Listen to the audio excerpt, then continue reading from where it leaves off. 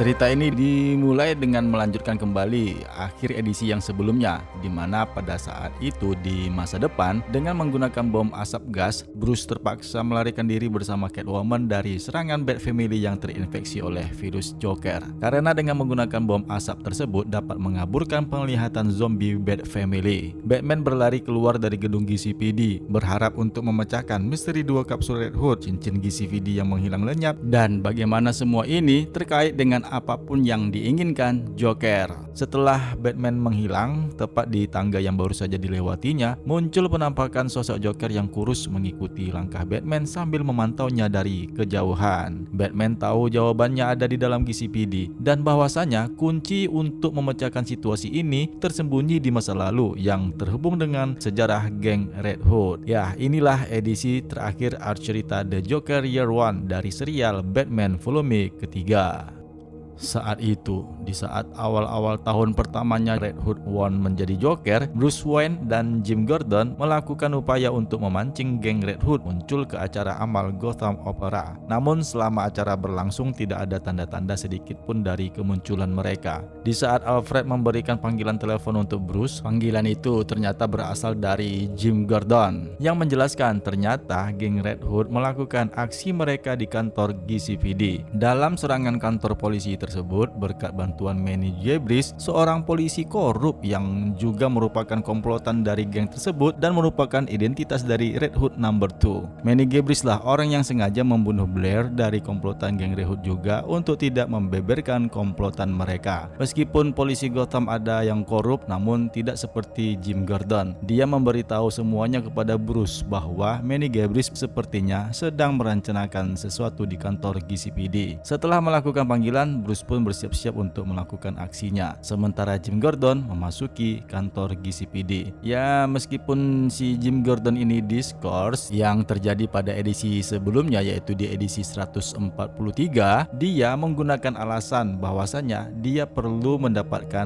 beberapa barang pribadinya di kantor itu. Nah, saat itu Manny Gebris memasuki kantor polisi juga, mengumumkan kepada semua karyawan yang ada di sana tentang penggerebekan narkoba yang pernah terjadi di kantor polisi. Sementara itu, seorang badut duduk di meja petugas yang lain. Sebenarnya dia adalah Joker yang menyamar sebagai badut pesta anak-anak bernama Mr. Grimaldi, menyampaikan kisah sedihnya tentang anak-anak yang diteror oleh ketakutan. Di ruangan barang bukti narkoba, si Manny Gebris berjalan bersama anggotanya. Mereka menyentrum seorang petugas yang sedang memeriksa narkotika, dan saat itulah anak buahnya Manny mengenakan topeng geng Red Hood. Di saat Jim Gordon menyusun ke ruangan yang lain, dia menyadari kamera CCTV di kantor polisi dimatikan. Geng Red Hood tidak akan mengejar Bruce Wayne di acara pesta amal. Mereka memiliki pemimpin yang baru dan targetnya adalah GCPD. Di saat Jim Gordon menyusup ke sebuah ruangan, tiba-tiba dia terkena tembakan di bahunya dari seorang anggota geng Red Hood yang bertopeng. Di saat itulah di mana anggota geng Red Hood melakukan penyerangan di kantor GCPD. Meskipun dengan keadaan yang panik, Mr. Grimaldi malah terlihat santai dan tampak sangat tenang, menunjukkan bahwa dia lebih seperti orang yang teguh berpendirian ketika dia dipaksa untuk bertekuk lutut oleh seorang anggota geng Red Hood, sehingga membuat salah satu anggota geng Red Hood itu pun harus memukulnya. Sementara itu, Komisaris McCloud, dia seharusnya sudah pulang sebelum penyerangan, namun dia masih berada di kantor. Dia tidak menyangka Manny sudah pulang lebih dulu darinya. Dia kemudian membuka laci mejanya dan menemukan pistol dengan catatan yang bertuliskan namanya. Dalam kekacauan yang terjadi, Gordon membunuh seorang polisi untuk membela diri, sementara lebih banyak petugas ditembak mati oleh geng tersebut. Komisaris McCloud membuka sebuah catatan yang diduga dari Batman yang bertuliskan "Saya tahu segalanya", yang membuat McCloud pun menjadi terkejut. Suara tembakan terdengar di kantor polisi. Serangan itu adalah serangan dari penjahat-penjahat geng Red Hood yang sangat brutal, membunuh petugas yang mencoba untuk melawan mereka. Si badut Mr. Grimaldi terjatuh ke lantai karena dipukul sebelumnya, tapi sepertinya dia menahan tawanya.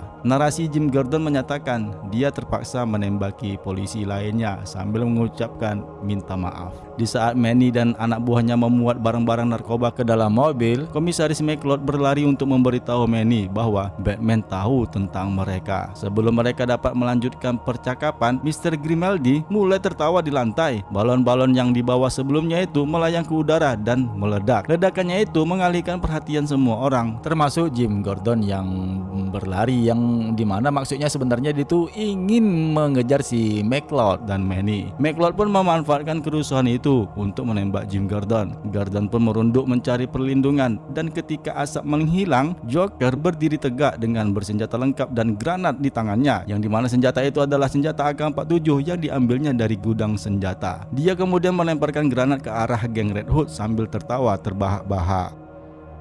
Di alur waktu mendatang, Batman telah mengumpulkan petunjuk di kantor polisi Gotham. Cincin dan revolver yang dilarutkan dimaksudkan untuk menunjukkan titik waktu tertentu dalam sejarah GCPD. Dipasangkan dengan kapsul pil Red Hood, Batman menduga bahwa Joker merujuk pada insiden penyerangan kantor polisi yang dilakukan oleh McCloud, yang hanya menjabat sebagai komisaris sementara selama beberapa bulan. Dalam narasinya, Batman memberitahu bahwa McCloud menjalani hukuman penjara dan kemudian menghilang begitu saja setelah dibebaskan. Batman pun memasuki kantor mencari petunjuk tentang McCloud. Tiba-tiba Jason Todd yang berubah menjadi Joker muncul untuk menyerangnya, dan Batman pun berhasil menetralkannya dengan cairan suntikan yang diramu sebelumnya. Narasi memberitahu kita bahwa Batman merasa bersalah atas apa yang terjadi pada Jason, tentang bagaimana dia menyakiti Robin keduanya selama bertahun-tahun. Hal ini melibatkan bagaimana peristiwa The Gotham War yang sepertinya merupakan tanggapan yang sangat halus terhadap penculikan dan trauma Jason Todd saat Batman berada di bawah kendali Zur-En-Arrh, yang dimana ini adalah momen yang ingin dilupakan banyak orang. Batman pun kemudian membuka berkas tentang Matthew McCloud, mengisi kekosongan bahwa McCloud ternyata adalah Red Hood kedua setelah Joker, bukannya Manny Gabrish. Dia menemukan kantong yang bertuliskan tawa. Ternyata di sana ada Joker yang telah mengikutinya selama ini, mendorong Batman untuk mengaktifkan kantong itu. Desibel yang tidak dapat didengar manusia terdengar, yang dimana kotak itu memancarkan frekuensi ultrasonik yang dapat menarik kelelawar, dan kelelawar pun terbang menerobos jendela. Joker memberitahu Batman bahwasanya selama 30 tahun ini dia bisa saja membunuh Cape Crusader kapan saja, namun dia tidak melakukannya karena dia mencintai Batman, dan Batman membalas kembali komentar Joker tersebut dengan mengatakan dia sampai hari ini tidak membunuh Joker meskipun sangat membencinya.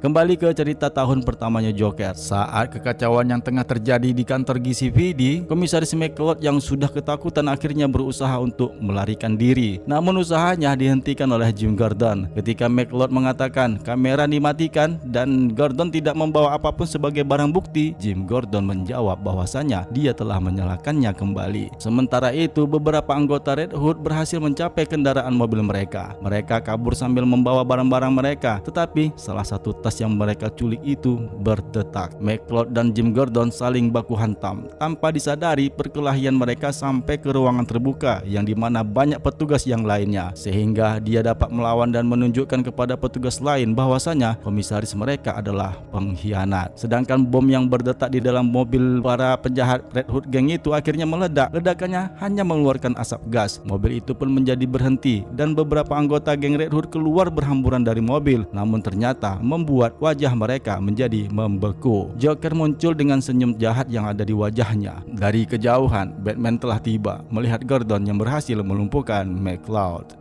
Di tempat lain, Manny Gabrish terbangun di labirin cermin. Suara Joker menakutinya yang membuatnya untuk melarikan diri. Namun dalam pelariannya dengan keadaan yang panik dan ketakutan, dia melihat Brian, anggota geng Red Hood yang setia yang membantu Red Hood One dari sejak pertama art cerita ini dimulai. Brian diikat ke mainan tunggangan gajah dengan senyum terlukis di wajahnya. Manny pun menemukan sebuah pintu dan sebelum dia membukanya, Joker malah menghancurkannya, melangkah ke dalam ruangan dengan pisau. Joker pun memberitahu Manny bahwasanya dia menggunakan geng Red Hood untuk eksperimennya dan McCloud akan menjadi bagian darinya saat dia keluar dari penjara. Sedangkan untuk Manny, Joker hanya ingin bersenang-senang.